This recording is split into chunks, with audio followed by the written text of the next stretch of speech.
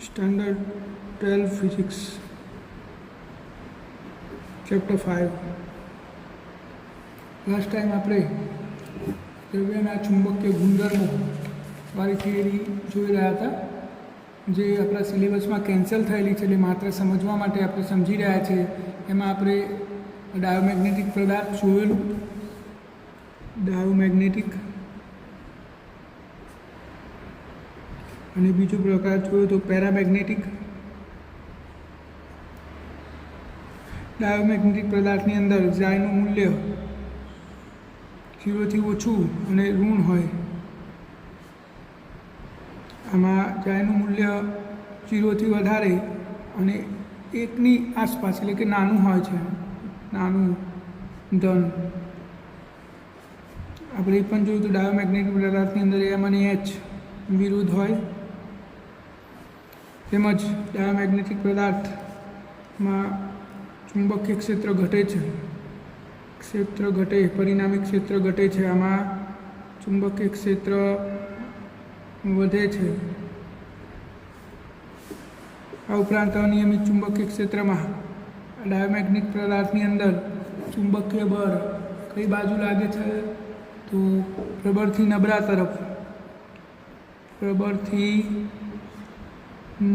તરફ, અને પેરામેગ્નેટિક પદાર્થની અંદર પ્રબળ તરફ.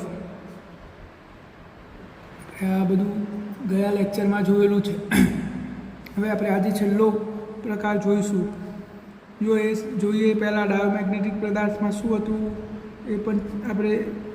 મેગ્નેટિક પદાર્થ, જેમાં ડાયોમેગ્નેટિક પદાર્થના દ્રવ્યના અણુઓ જોડે ડાયપોલ મોમેન્ટ હોતી નથી. બધા જોડે, આ બધા અણુઓ છે તો અણુઓ જોડે પહેલેથી ડાયપોલ મોમેન્ટ ના હોય.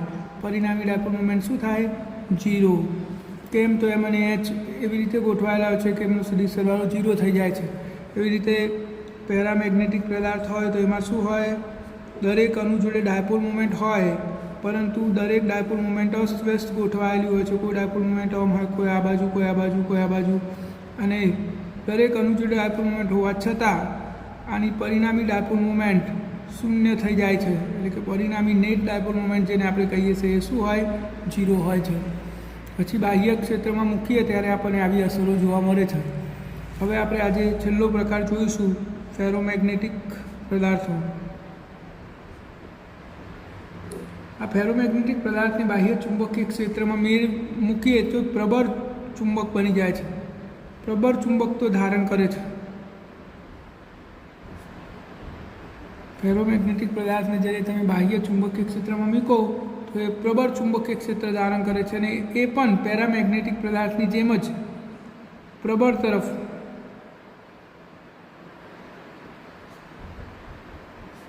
ગતિ કરવાનું વલણ ધરાવે છે.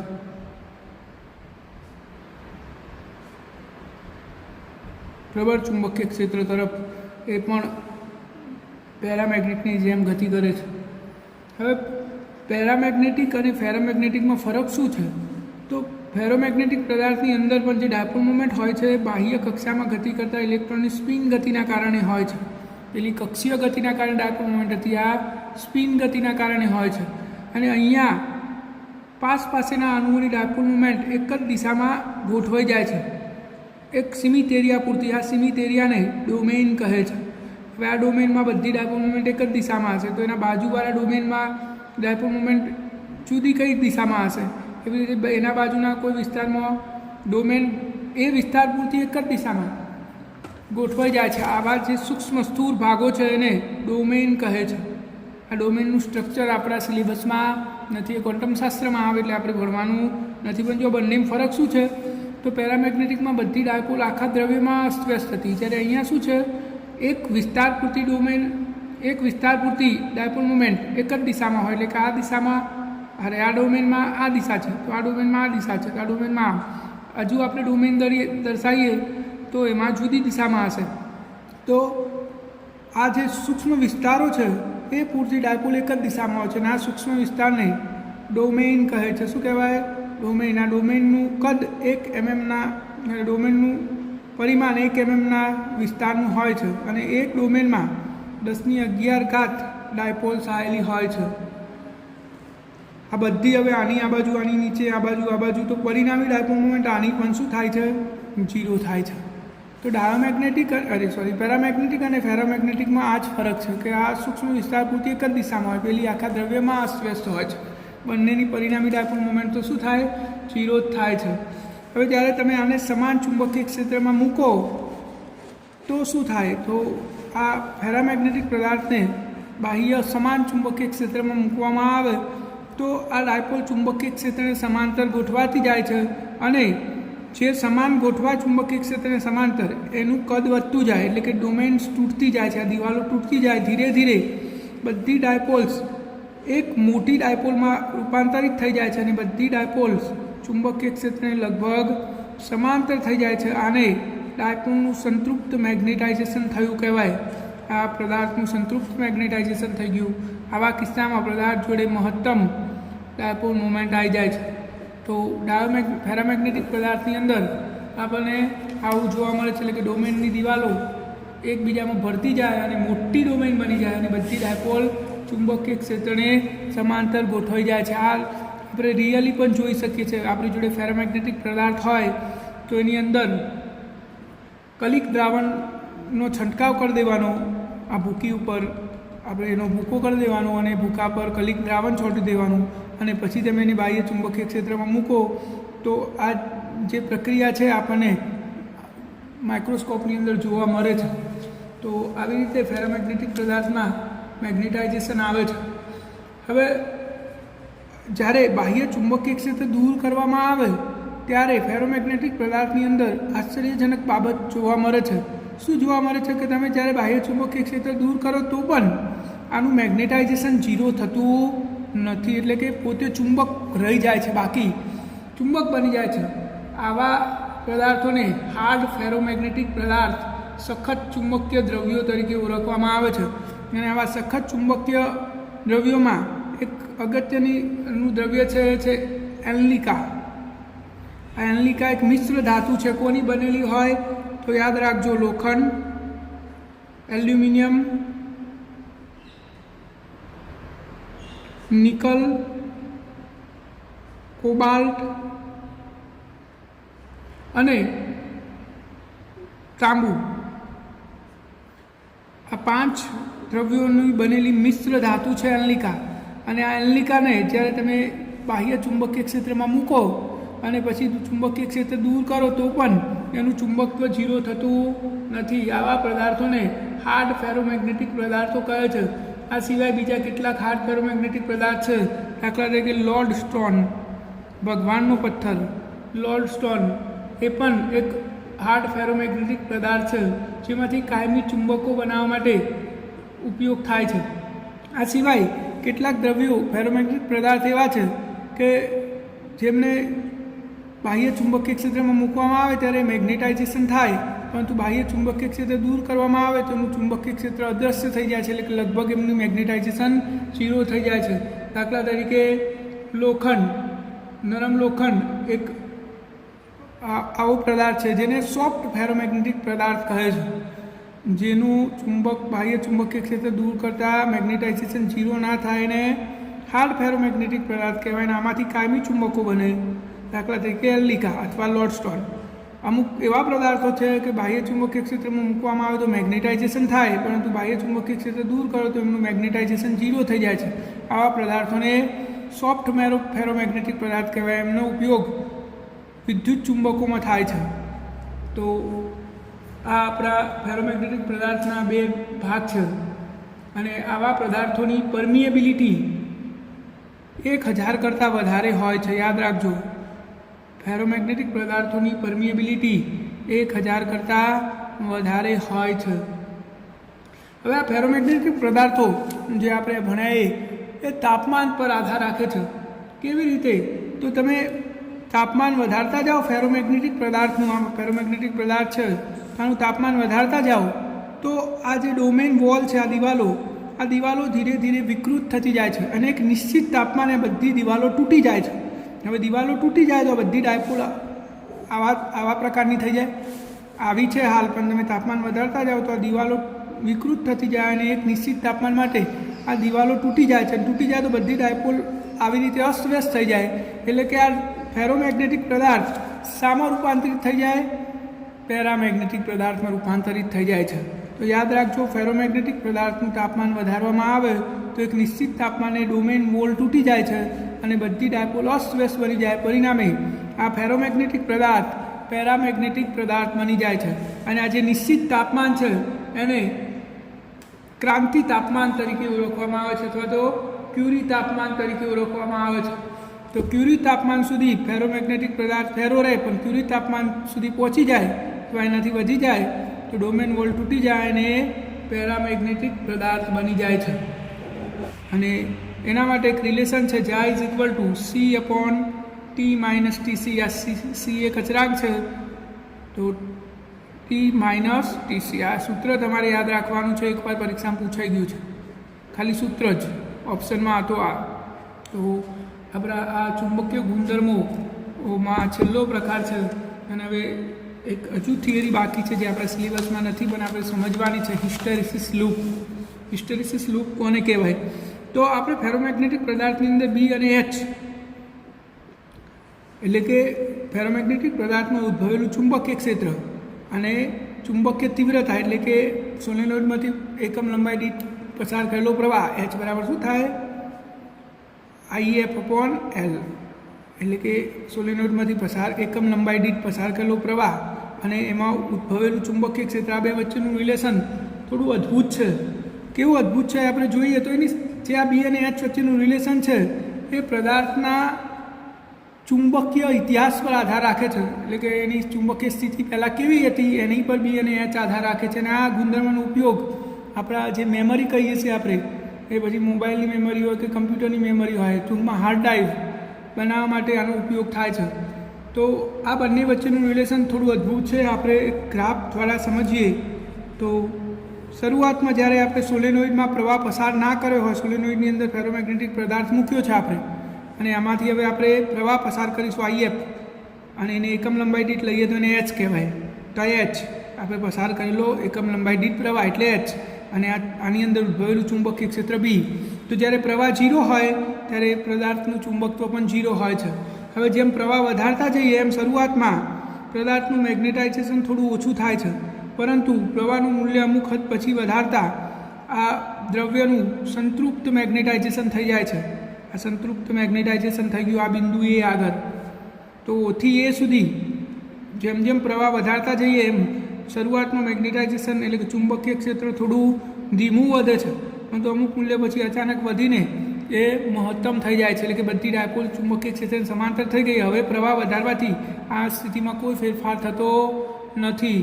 હવે પ્રવાહ ઘટાડવામાં આવે એટલે કે ઉલટી પ્રક્રિયા કરીએ તો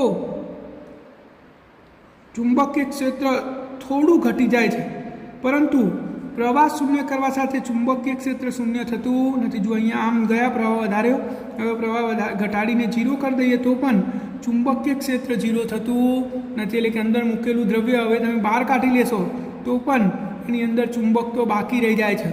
આ બાકી રહેલા ચુંબકીય ક્ષેત્રને રિટેન્ટિવિટી કહે છે. શું કહેવાય? રિટેન્ટિવિટી. યાદ રાખજો, પ્રવાહ શૂન્ય કરતાં પણ દ્રવ્યમાં બાકી રહેલા ચુંબકીય ક્ષેત્રને શું કહેવાય? રિટેન્ટિવિટી. એટલે કે H બરાબર 0 માટે બીના મૂલ્યને શું કહેવાય? રિટેન્ટિવિટી. એટલે કે હવે આપણું આ દ્રવ્ય ચુંબક બની ગયું. હજુ આપણે પ્રયોગને આગળ કરી આ ચુંબકને એટલે કે આ ફેરોમેગ્નેટિક પદાર્થને સોલેનોઇડમાં મૂકી દઈએ અને સોલેનોઇડમાંથી પસાર કરેલા પ્રવાહની દિશા ઉલટાવી દઈએ. આ બાજુથી દાખલ કરીએ તો એની જગ્યાએ આ બાજુથી દાખલ કરીએ અને પછી એનું મૂલ્ય વધારતા જઈએ તો દ્રવ્ય ડીમેગ્નેટાઇઝેશન થાય છે. એટલે કે એનું ચુંબક ઘટતું જાય છે અને પ્રવાહના એક નિશ્ચિત મૂલ્ય માટે આ ચુંબકીય ક્ષેત્ર 0 થઈ જાય છે. આને કોવર્સિવિટી કહેવાય. શું કહેવાય? કોવર્સિવિટી. તો H બરાબર 0 વખતે Hના જે મૂલ્ય માટે બી 0 થઈ જાય એને શું કહેવાય? કોવર્સિવિટી કહે છે. એટલે કે આપણે ઉલટી દિશામાં પ્રવાહ પસાર કર્યો તો ચુંબકીય ક્ષેત્ર ઘટીને શું થઈ ગયું? 0 થઈ ગયું. આ સ્થિતિને, આ પોઈન્ટને શું કહેવાય? કોવર્સિવિટી કહે છે. હજુ આપણે પ્રવાહનું મૂલ્ય વધારતા જઈએ તો હવે બદલાયેલી દિશામાં પદાર્થ ચુંબકત્વ ધારણ કરે છે અને સંતૃપ્ત મેગ્નેટાઇઝેશન થઈ જાય છે. એટલે કે હવે પહેલાં આ એન ધ્રુવ બન્યો હતો અને એસ ધ્રુવ બન્યો હતો, હવે ઉલટી દિશામાં પ્રવાહ પસાર કર્યો તો બંને 0 થઈ ગયા. હવે આ બાજુ એસ બનશે અને આ બાજુ એન, અને સંતૃપ્ત મેગ્નેટાઇઝેશન થઈ જશે. હવે પ્રવાહ ઘટાડીએ તો પ્રવાહ ઘટાડવાની સાથે ચુંબકીય ક્ષેત્ર થોડું ઘટે છે, પરંતુ 0 થતું નથી. આ ફરીથી રિટેન્ટિવિટીવાળી સ્થિતિ આવી ગઈ. હવે તમે આને ચુંબક, આ દ્રવ્યને બહાર કાઢી દેશો તો એ ચુંબક ને ચુંબક જ રહેશે. હવે ફરીથી સોલેનોઇડમાં પસાર કરેલા પ્રવાહની દિશા ઉલટાવવામાં આવે અને પ્રવાહનું મૂલ્ય વધારવામાં આવે તો એક સ્થિતિ માટે ચુંબકીય ક્ષેત્ર 0 થઈ જાય છે. આ પાછી કોવર્સિવિટીની સ્થિતિ આવી અને હજુ પ્રવાહ વધારે થઈ જાય તો ફરીથી એનું મેગ્નેટાઇઝેશન થઈ જાય છે અને પાછું ચુંબક બની જાય છે. આ એક સાયકલ પૂરું થયું કહેવાય અને આ આકારને હિસ્ટેરિસિસ લૂપ કહે છે. શું કહેવાય? Hysteresis loop. આ એક સાયકલની સ્થિતિ છે. હવે ફરીથી તમે આ પ્રક્રિયા દોરાવશો તો આવો નવો ગ્રાફ નહીં આવે, બદલાઈ જશે. આ બે બિંદુઓને રિટેન્ટિવિટી અને આ બે બિંદુઓને કોવર્સિવિટી કહેવાય. એટલે કે કાયમી ચુંબક બનાવવા માટે શું ગુણધર્મ હોવું જોઈએ? રિટેન્ટિવિટીનું મૂલ્ય વધારે હોવું જોઈએ, જેથી કાયમી ચુંબક એનું પોતાનું ચુંબકત્વ જાળવી રાખે છે. તો આ એક હિસ્ટેરિસિસ લૂપ કહેવાય. આ જેટલું આ હિસ્ટેરિસિસ લૂપનું જેટલું ક્ષેત્રફળ વધારે એટલું ઉષ્મા ઉર્જાનો વેસ્ટ વધારે. આ ક્ષેત્રફળ જો નાનું હોય, આટલું નાનું હોય, આવી નાની લૂપ બની હોય તો જુઓ રિટેન્ટિવિટીનું મૂલ્ય ઓછું થયું, એટલે કે આ હિસ્ટેરિસિસ લૂપનું ક્ષેત્રફળ ઘટ્યું તો ઉષ્મા ઉર્જાનો, એટલે કે આપણી ઉર્જાનો ઉષ્મા ઉર્જા સ્વરૂપે વેસ્ટ ઓછો થાય છે. એટલે કે ટૂંકમાં આ હિસ્ટેરિસિસ લૂપનું ક્ષેત્રફળ એ વેસ્ટ થતી ઉષ્મા ઉર્જા દર્શાવે છે. તો અહીંયા આપણે આ ત્રણેય પ્રકાર પૂરા થાય છે. અને હવે આપણે છેલ્લો ટોપિક આ ચેપ્ટરનો જોઈ લઈએ, 5.7 કાયમી ચુંબકો અને વિદ્યુત ચુંબકો. તો કાયમી ચુંબકો બનાવવા માટે આપણે જાણીએ છીએ હાર્ડ ફેરોમેગ્નેટિક પદાર્થોનો ઉપયોગ થાય છે.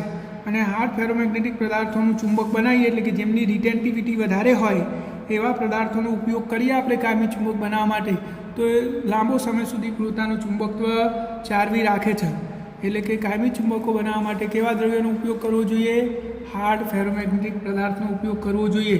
આ સિવાય પહેલાંના જમાનામાં ચુંબક બનાવવા માટે લોખંડના ટુકડાને ઉત્તર દક્ષિણ દિશામાં રાખીને આમ સ્થિર કરી દેવાના, ઉત્તર દક્ષિણ, અને પછી એને નિયમિત ફટકારવામાં આવે તો પણ આ પદાર્થ ચુંબકત્વ ધારણ કરે છે. આ બહુ જૂના જમાનાની પદ્ધતિ છે. એ સિવાય જૂના જમાનામાં ચુંબકને ઉત્તર દક્ષિણ દિશામાં ગોઠવીને એક છેડા પર એક જ દિશામાં ગજિયો ચુંબક ઘસવામાં આવે તો પણ આ પદાર્થ ચુંબકત્વ ધારણ કરે છે. આ સિવાય કાયમી ચુંબકો બનાવવા માટે ફેરોમેગ્નેટિક પદાર્થને સોલેનોઇડમાં મૂકીને સોલેનોઇડમાંથી એક દિશામાં પ્રવાહ પસાર કરવામાં આવે તો પણ આ પદાર્થ કાયમી ચુંબક બની જાય છે. હવે કાયમી ચુંબક બનાવવા માટે શું હોવું જોઈએ? તો રિટેન્ટિવિટીનું મૂલ્ય વધારે હોવું જોઈએ. એ ઉપરાંત તેમની કોવર્સિવિટી અને સાપેક્ષ પરમિએબિલિટી પણ વધારે હોવી જોઈએ, જેથી એ કાયમી ચુંબક તરીકે પોતાનું ચુંબકત્વ જાળવી રાખે. તો યાદ રાખજો, આ પ્રશ્ન પણ એકવાર પૂછાઈ ગયો છે. કાયમી ચુંબક બનાવવા માટે દ્રવ્યમાં શું ગુણધર્મો હોવા જોઈએ? તો એમની રિટેન્ટિવિટી, કોવર્સિવિટી, પરમિએબિલિટી વધારે હોવી જોઈએ. તો આવા ચુંબકોને કાયમી ચુંબકો બનાવી શકાય. આ સિવાય કેટલીક જગ્યાએ અને આપણે કાયમી ચુંબક બનાવવા માટે ખાસ કરીને ઉપયોગમાં લેવાતી ધાતુ એનલિકા છે. કઈ છે? એનલિકા. યાદ રાખજો, એનલિકા શાનું મિશ્રણ છે એ પણ મેં તમને કહી દીધું છે. હવે આ કેટલાક જગ્યાએ ચુંબકોનો કાયમી ઉપયોગ હોતો નથી. દાખલા તરીકે આપણી કોઇલ અથવા ટ્રાન્સફોર્મર, તો ટ્રાન્સફોર્મરની અંદર આજે ગૂંચરું હોય કોઈ કોર પદાર્થ પર બનાવેલું હોય છે. કેમ? તો એડી પ્રવાહની અસર ઘટાડવા માટે આપણે અગાઉના ચેપ્ટરમાં જોઈશું. પરંતુ એડી પ્રવાહના કારણે આપણી ઉર્જા ઉષ્મા ઉર્જામાં રૂપાંતરિત થઈ જાય છે. તો આ પ્રવાહની અસર ઘટાડવા માટે આ ચુંબક અંદર જે મૂકેલું છે કોર પદાર્થ જેટલું ચુંબક તો ઓછું ધારણ કરે જેટલો સમય સુધી, એટલી આપણી ઉર્જા ઓછી વેસ્ટ થાય. એટલે કે આવી જગ્યાએ વપરાતા દ્રવ્યોમાં સોફ્ટ ફેરોમેગ્નેટિક પદાર્થોનો ઉપયોગ થાય છે. એટલે કે જ્યારે પ્રવાહ હોય ત્યારે ચુંબકત્વ હોય, જ્યારે પ્રવાહ 0 થાય ત્યારે ચુંબકત્વ 0 થઈ જાય છે.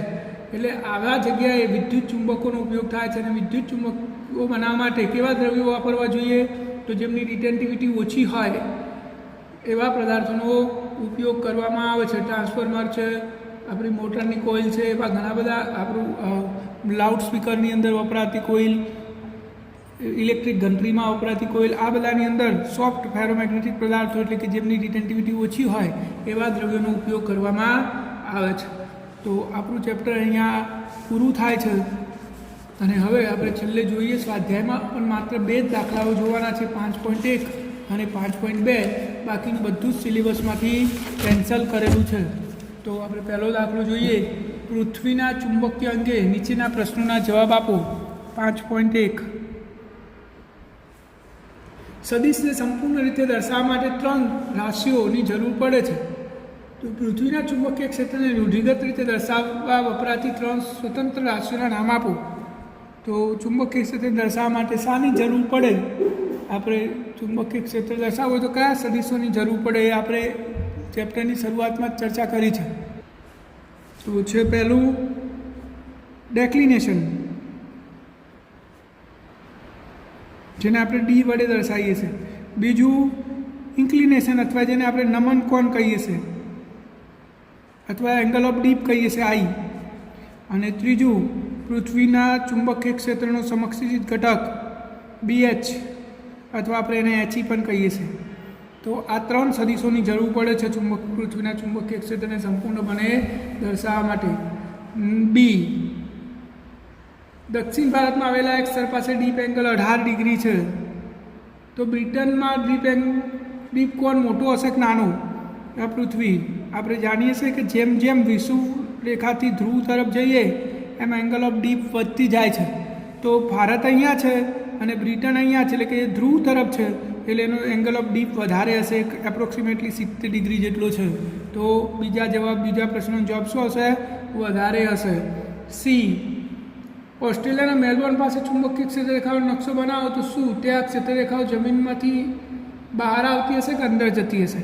તો મેલબોર્ન એપ્રોક્સિમેટલી ધ્રુવો પાસે છે, એટલે ક્ષેત્ર રેખાઓ કાં તો બહાર આવતી હોય કાં તો અંદર જતી હોય. હવે ચુંબકીય ક્ષેત્ર દક્ષિણ ધ્રુવમાંથી નીકળીને ઉત્તર ગોળાર્ધમાં પ્રવેશે છે, ઉત્તર ધ્રુવ તરફ પ્રવેશે છે, એટલે કે મેલબોર્નની અંદર ક્ષેત્ર રેખાઓ લગભગ બહાર તરફ આવતી હશે. તો ત્રીજામાં જવાબ શું આવશે? બહાર તરફ. ડી, ભૂચુંબકીય ઉત્તર કે દક્ષિણ ધ્રુવ પર ઉર્ધ્વ સમતલમાં મુક્ત રીતે ભ્રમણ કરી શકે તેવી સોય રાખીએ તો તે કઈ દિશામાં સ્થિર થશે? ધ્રુવ પાસે. એટલે કે ધ્રુવ પાસે ચુંબકીય ક્ષેત્ર કાં તો અંદર તરફ જતું હોય કાં તો બહાર તરફ જતું હોય. બરાબર. હવે તમે અહીંયા ચુંબકીય સોયને આમ રાખો તો એન ધ્રુવ અને એસ ધ્રુવ. તો સમક્ષિત ચુંબકીય ક્ષેત્ર 0 હોવાથી સોય તમે જે દિશામાં રાખશો એ દિશામાં સ્થિર થઈ જશે. થશે શું? ચુંબકીય સોય આમ ઉર્ધ્વ સમતલમાં ફરશે. આમ સમક્ષિત દિશામાં તો કોઈ ક્ષેત્ર જ નહીં, એટલે સમક્ષિત દિશામાં આમ પરિભ્રમણ કરતી નથી, પરંતુ શિરોલંબ સમતલમાં આમ ઊભી થઈ જશે. હવે કેવી રીતે ઊભી થશે? તો જો આ ઉત્તર ધ્રુવ હોય તો ચુંબકીય ક્ષેત્રનો એન ધ્રુવ અહીંયા અને એસ ધ્રુવ અહીંયા અને એન ધ્રુવ અહીંયા હોય તો શું થાય? આ સોય આમ ઊભી થઈ જશે. એટલે કે ઉત્તર ધ્રુવ પાસે ઉત્તર ધ્રુવ અધો દિશામાં આવી ગયો. એવી જ રીતે અહીંયા પણ ઊભી થઈ જશે. તો સમક્ષિત સમતલમાં કોઈ પણ દિશામાં સ્થિર રહેશે, પણ આમ ઊભી થઈ જશે. શિરોલંબ સમતલમાં ઊભી થઈ જાય છે, ગમે તે દિશામાં સ્થિર થઈ જાય. ઈ, એવું માનવામાં આવે છે કે પૃથ્વીનું ચુંબકીય કેન્દ્ર પર મૂકેલા 8×10⁻22 જૂલ પર ટેસ્લા જેટલી મેગ્નેટિક મોમેન્ટ ધરાવતા ડાયપોલ વડે મળતા ક્ષેત્ર જેટલું છે. આ સંખ્યાના માપક્રમની કોઈ રીતે ખરાઈ કરો. તો આપણે એના વિષુવવૃત્ત ઉપર ચુંબકીય ક્ષેત્રનું મૂલ્ય શોધી દઈએ. તો વિષુવવૃત્ત ચુંબકીય ક્ષેત્રનું મૂલ્ય શું? μ0/4π 2m/m/r3. આ આપણું સૂત્ર છે. આ સૂત્રમાં આપણે કિંમતો મૂકી દઈએ અને ગણતરી કરીએ તો જવાબ કેટલો આવે છે જોઈએ. μ0ની કિંમત 4π × 10⁻⁷ ભાગ્યા 4π. એમની કિંમત આપણને આપેલી છે 8×10⁻22 અને આર એટલે પૃથ્વીની ત્રિજ્યા 100.4 × 10⁶ અને એનો ઘન. તમે કેલ્ક્યુલેશન કરશો તો જવાબ આવશે 0.3 ગ્રોસ, જે લગભગ પૃથ્વીના ચુંબકીય ક્ષેત્ર જેટલું છે એટલે આપણે આને તમે ટેસ્લામાં ફેરવો તો 0.3 × 10⁻⁴ હજી 3 × 10⁻5 ટેસ્લા થઈ ગયું. આપણે 10⁻5 ટેસ્લાના ક્રમનું પૃથ્વીનું ચુંબકીય ક્ષેત્ર ગણીએ છીએ તો આ રીતે આપણે કહી શકીએ કે બરાબર છે, એટલે કે આપણે ખરાઈ કરી. હવે 5.2 અવકાશમાં જુદા જુદા બિંદુએ પૃથ્વીનું ચુંબકીય ક્ષેત્ર જુદું જુદું હોય છે. શું તે સમય સાથે પણ બદલાય છે? જો તેમ હોય તો કયા સમય અંતરાલમાં તેમાં ઘનના પાત્ર ફેરફારો થાય છે? તો પૃથ્વીના દરેક બિંદુ ચુંબકીય ક્ષેત્ર જુદું જુદું હોય છે, બરાબર છે. તો એ બદલાય છે કે નહીં? હા, તો એ નિયત સમયગાળામાં ચોક્કસ અંતરાલમાં એનું ચુંબકીય ક્ષેત્ર બદલાયા કરે છે અને આ અંતરાલ સેંકડો વર્ષોનો હોય છે. ઘણા વર્ષો સુધી એ ચુંબકીય ક્ષેત્ર બદલાયા કરે છે. એમ છતાંય નાના ફેરફારો પણ ગણનપાત્ર હોય છે. હવે બી, પૃથ્વીના કોરમાં લોખંડ છે તે જાણીએ છીએ, આમ છતાં ભૂશાસ્ત્રીઓ તેને પૃથ્વીના ચુંબકીય ક્ષેત્રનું ઉદ્ગમ માનતા નથી. શા માટે? તો પૃથ્વીના કોર ભાગમાં જે લોખંડ છે એ પીગળેલી અવસ્થામાં છે અને પીગળેલી અવસ્થામાં આપણે જે ડોમેન કહીએ છીએ, ડોમેનનું બંધારણ શક્ય નથી. એટલા માટે એ લોકો ચુંબકીય ક્ષેત્રનું ઉદ્ગમ માનતા નથી. પૃથ્વીના કોરની બહાર વાહક વિસ્તારમાં વિદ્યુત પ્રવાહો પૃથ્વીના ચુંબકીય ક્ષેત્ર માટે જવાબદાર માનવામાં આવે છે. આ પ્રવાહોને જાળવી રાખવા કઈ બેટરી અથવા કયો સોર્સ છે? તો અહીંયા જે વિદ્યુત પ્રવાહ ઉદ્ભવે છે રેડિયો એક્ટિવિટીના કારણે ઉદ્ભવે છે. રેડિયો એક્ટિવિટીના કારણે ઉદ્ભવે છે. રેડિયો એક્ટિવિટી થતી હોય એના કારણે. ડી, પૃથ્વીએ તેના ક્ષેત્રની દિશા 4 થી 5 અજબ વર્ષના તેના ઇતિહાસ દરમિયાન કેટલી વખત ઉલટાવી હશે? કે ઉત્તરથી દક્ષિણ, દક્ષિણથી ઉત્તર ધ્રુવો વારંવાર બદલાયા હશે. તો ભૂશાસ્ત્રીઓ પૃથ્વીના ક્ષેત્રના આવા દૂરના ભૂતકાળ વિશે કેવી રીતે જાણી શક્યા હશે? તો જ્યારે પૃથ્વીનું ચુંબકીય ક્ષેત્ર ઉલટાય એટલે કે ઘનીકરણની સ્થિતિ આવે, આ બધું ઘનન થાય, આ ઘન પદાર્થ બને એ વખતે પૃથ્વીનું ચુંબકીય ક્ષેત્ર આ ખડકોમાં સંગ્રહિત થઈ જાય છે અને પછી જ્યારે પાછું પીગળે ત્યારે એ ચુંબકીય ક્ષેત્ર થઈ જાય. એટલે કે આ ખડકોની સ્થિતિ જાણવામાં આવે, આનું એનાલિસિસ કરવામાં આવે તો આપણે ચુંબકીય ક્ષેત્રની સ્થિતિ જાણી શકીએ છીએ. પૃથ્વીનું ચુંબકીય ક્ષેત્ર ઘણા લાંબા અંતરે તેના ડાયપોલ આકારથી જુદું પડે છે. આ કારણો, આ ફેરફારો માટે જવાબદાર કોણ છે? તો જે આયનો હોય, ગતિમાન આયનો, એના કારણે આવું થતું હોય છે. અને પૃથ્વીનું ચુંબકીય ક્ષેત્ર છેલ્લું, તારાઓ વચ્ચે અવકાશમાં 10⁻12 ટેસ્લાના ક્રમનું નબળું ચુંબકીય ક્ષેત્ર હોય છે. કેટલું? 10⁻12 ટેસ્લા. શું આ નબળું ક્ષેત્ર કોઈ અર્થપૂર્ણ પરિણામ આપી શકે? સમજાવો. તો આ મહત્ત્વનું છે. તો આપણે જાણીએ છીએ કે ભ્રમણ ત્રિજ્યા એ mv/qb આ આપણું સૂત્ર છે. એટલે કે આ ભ્રમણની ત્રિજ્યા એ 1/b, 1 ચાલે છે r ચાલે છે 1/b ના સમપ્રમાણમાં છે. એટલે કે બીના વ્યસ્તમાં આનું મૂલ્ય બદલાય છે. તો જેટલું નાનું એટલી ત્રિજ્યા મોટી. એટલે કે આ તારાઓની ત્રિજ્યા મોટી હોવાનું કારણ શું છે? એમનું ચુંબકીય ક્ષેત્ર ખૂબ જ નાનું છે. તો આમ આપણું ચેપ્ટર અહીંયા પૂરું થાય છે. હવે આપણે નેક્સ્ટ ચેપ્ટર આવતા લેક્ચરમાં ચાલુ કરીશું.